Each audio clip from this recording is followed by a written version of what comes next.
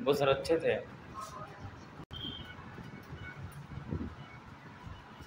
Good morning class, myself SK Singh. और आज हम लोग क्लास 11th का एंड नीट आईआईटी का एयरफोर्स एक इम्पॉर्टेंट टॉपिक है, मोशन ऑफ लोडिंग स्प्रिंग। और दिस इज द एसएचएम, जिसका ये एसएचएम पार्टिकल का है, ये एसएचएम का है, एसएचएम का टॉपिक है। जहाँ से हमने लीड किया था एसएचएम, वहीं से हम स्टार्ट कर रहे हैं एसएचएम, ठीक है ना। और इसमें क्या करना है, लिख जान लीजिए।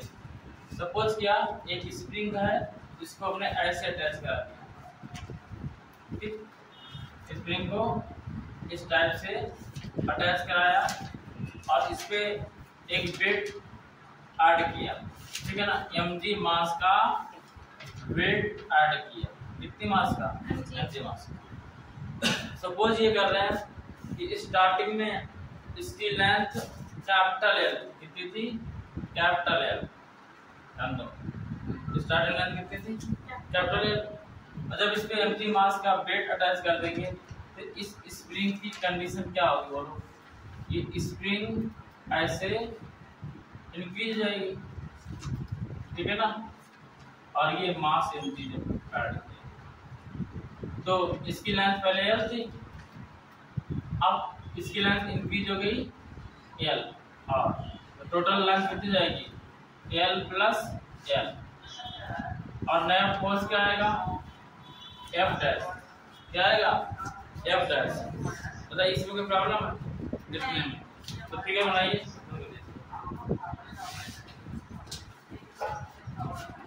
हम लोग इसमें पढ़ेंगे जब स्प्रिंग को अटैच कर देखिए, स्प्रिंग को ऐसे भी रख सकते हैं, एक स्प्रिंग ऐसे अटैच इस टाइप से, आप इस सेक्शन में रख सकते हैं, इस सेक्शन में रख सकते हैं। इस पे ये अटैच है फिक्स पॉइंट से, और इस पे फोर्स प्रोड्यूस किया गया, क्या प्रोड्यूस किया, फोर्स प्रोड्यूस किया। जब फोर्स प्रोड्यूस किया तो ये स्प्रिंग आगे ऐसे इंक्रीमेंट हो गए, ठीक है ना।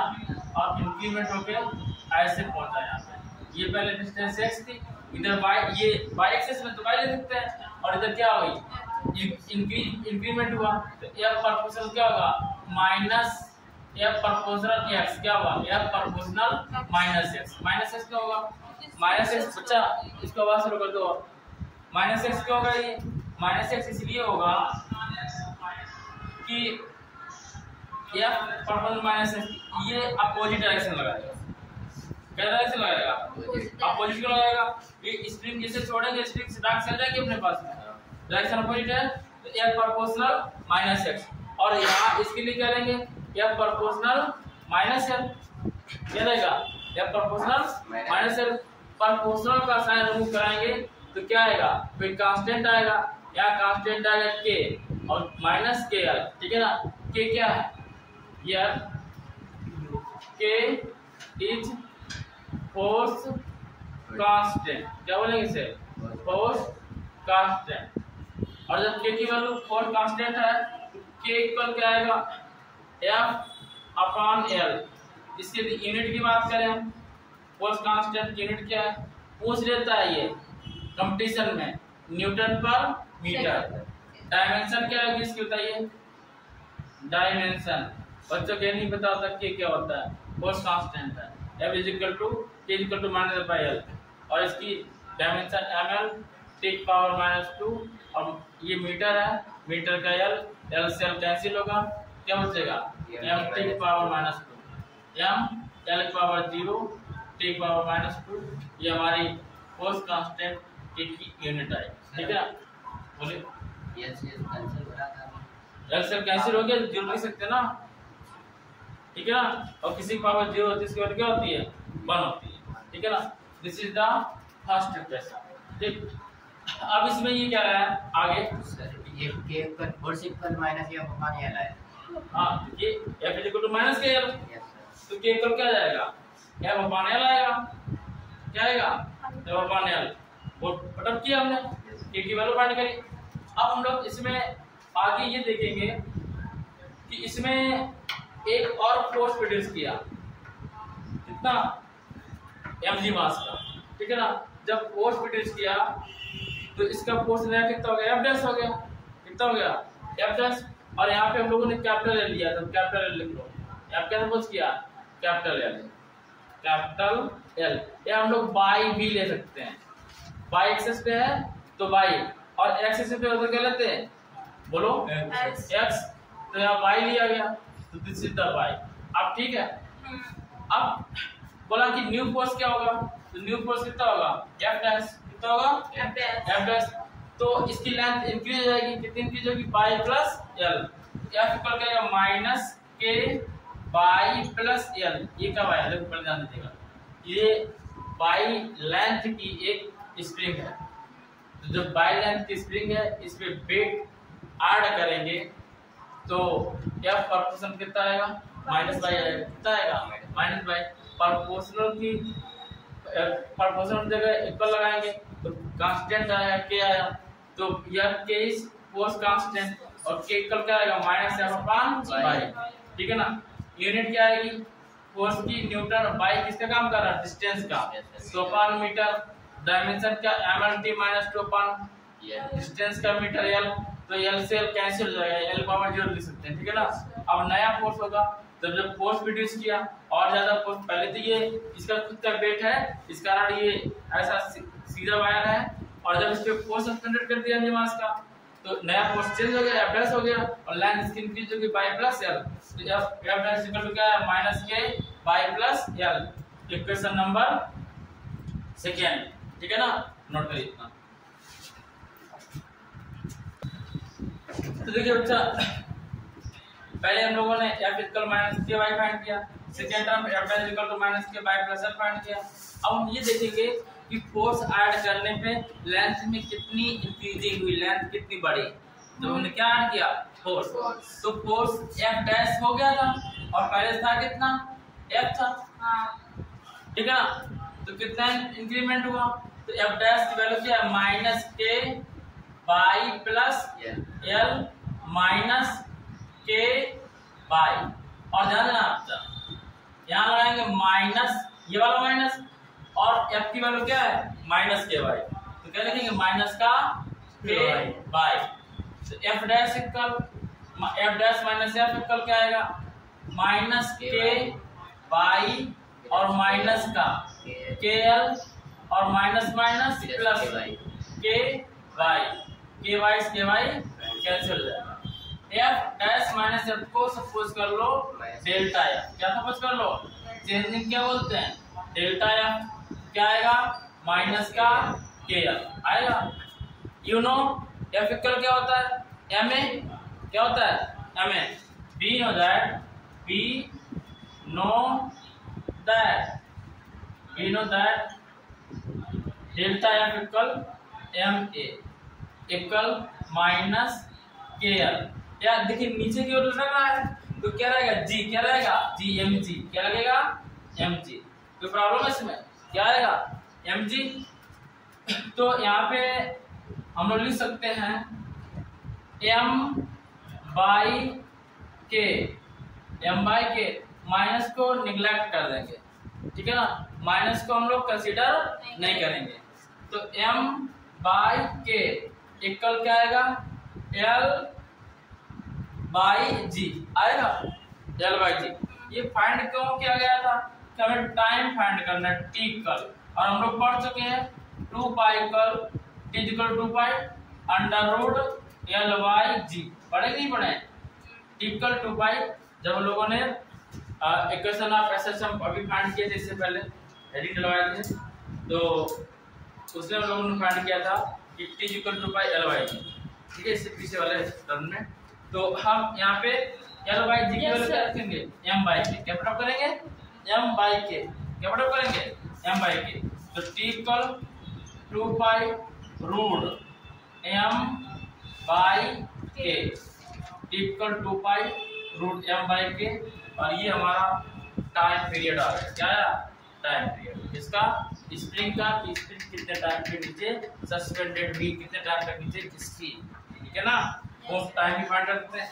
एम क्या है, एम पता है आपको, मास है किसका, जो ने मास अटैच कराया, और के क्या है, फोर्स कांस्टेंट, क्या है, फोर्स कांस्टेंट, और जब फोर्स कांस्टेंट न्यूमेरिकल किया जाएगा तो किसमें देंगे, न्यूटन पर मीटर है, नोट करिए। नेक्स्ट है जो बहुत ही इंपॉर्टेंट है टॉपिक, क्या है कि oscillation, resonance and damped oscillation. ये 3 टाइप के ऑसिलेशन आप पढ़ेंगे, फोर्स्ड ऑसिलेशन,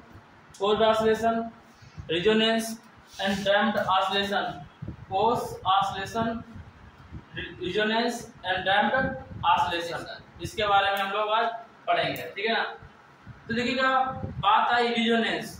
रिजोनेंस क्या होता है? रिजोनेंस ये होता है, देखिएगा कि जैसे जब दो साउंड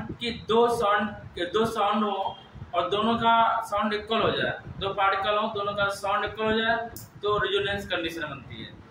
जैसे सपोज कीजिए, पहले क्या था, सिंगर बहुत अच्छा गाना गाते थे, सिंगर इतना अच्छा गाना गाते थे, कहा जाता है कि दीपक जल जाता था, ठीक है ना। तान से गाना गाते थे, दीपक जल जाता।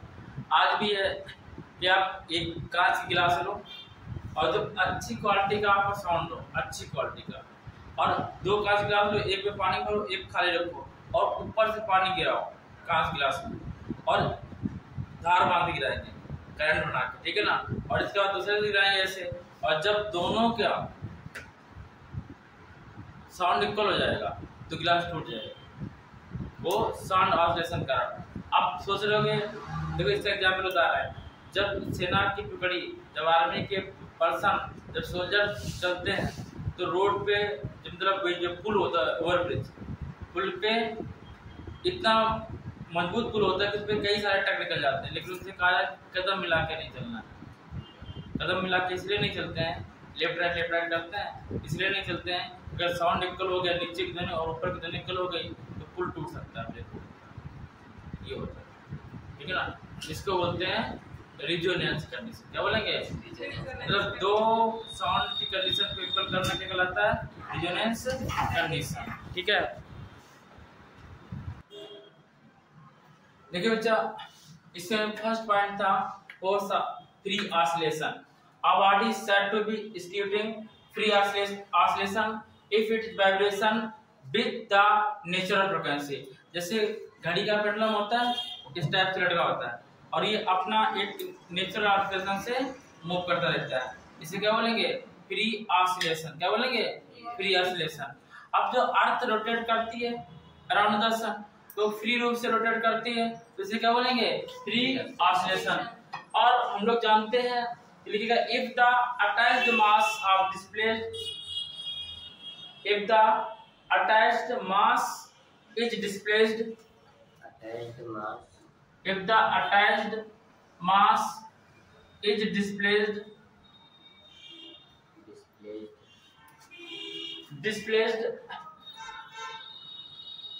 with distance by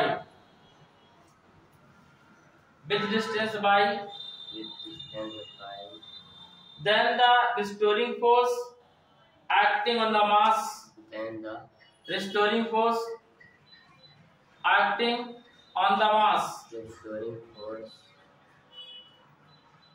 acting on the mass, acting on the mass, in the mass। अरे भैया ऑन द मास बोलना है, बोलो नहीं, सुनो केवल ऑन द मास, जैसे साइलेंट करके पढ़ रही है, बीच में आवाज बहुत खराब होती है, देखिए ध्यान दीजिएगा। ये कोई पार्टिकल है, ये बाइट डिस्प्लेसमेंट है कि नहीं, बोलो। ये स्प्रिंग पे फोर्स लगेगा कि नहीं? जब इधर आएगा छोड़ देंगे, कहाँ जाना चाहेगा? यहाँ जाना चाहेगा कि नहीं जाना चाहेगा? तो इस पे फोर्स होगा और बाई के अपोजिट डायरेक्शन में होगा कि नहीं होगा? तो अभी हम लोग पढ़ चुके हैं, F प्रोपोर्शनल माइनस बाई, बोलो F equal minus K by, equation number first, ठीक। और अभी हम लोग पढ़े टाइम पीरियड, इसके थोड़ा निकाले थे, टी इक्वल क्या था, देखो इसे अभी भी बता सकता हूँ। देखिए एफ इक्वल क्या होता है? एम ए, अब यहाँ ग्रेविटी नीचे को लगा तो एम जी होगा नहीं होगा, इक्वल माइनस के इंटू वाई, ठीक है ना। तो इसको हम लोग ऐसे नहीं लिखते हैं, M by K equal minus by Y G. By क्या है? डिस्प्लेसमेंट है नहीं है? बाई क्या है? डिस्प्लेसमेंट। क्या है?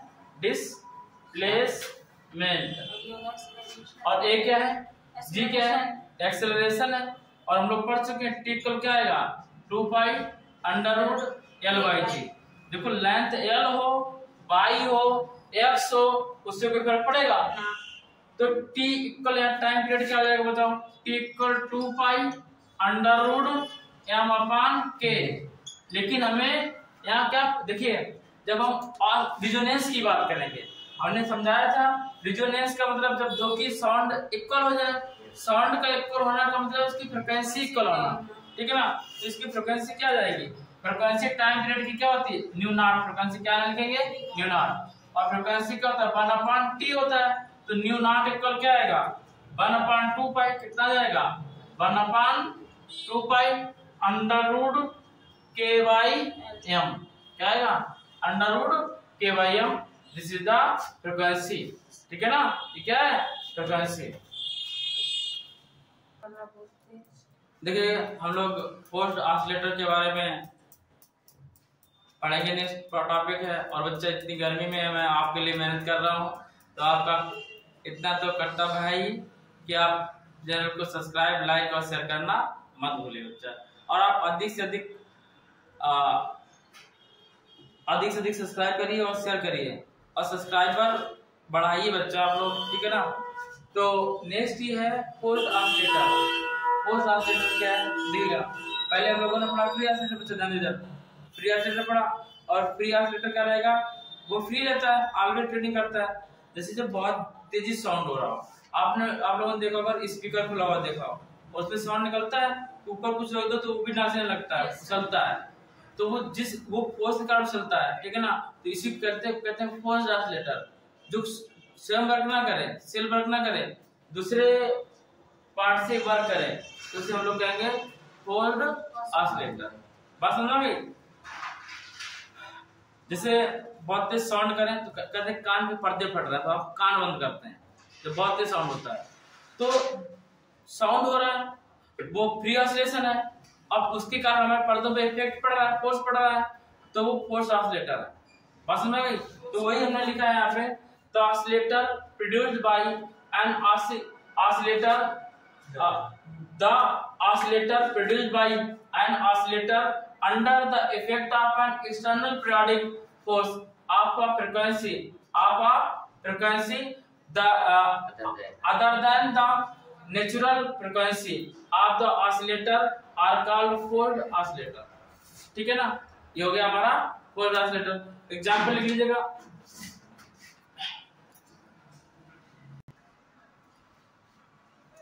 the sound box, example they sound box का।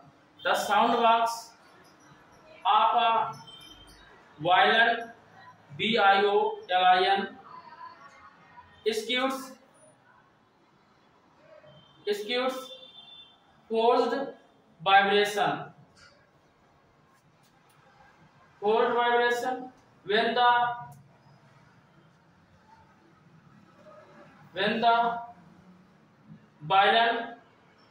violinist लिखे हो, वायलिन लिखेंगे और आईएसटी जोड़ दें, वायलिन बजाने वाला, violinist draw the Bob, BOW Bob, against the string, violin बजाया जाता है, जो इसमें स्ट्रिंग होती है, स्ट्रिंग को पुल करते हैं, खींचते हैं, तो जो रेपर लगा होता है उसमें क्या लगता है, फोर्स लगता है, और वो भी वाइब्रेट करने लगता है, तो उसे हम लोग क्या बोलेंगे, फोर्स्ड वाइब्रेशन। एक एग्जांपल बता दें, लिखना नहीं है, समझ लीजिएगा।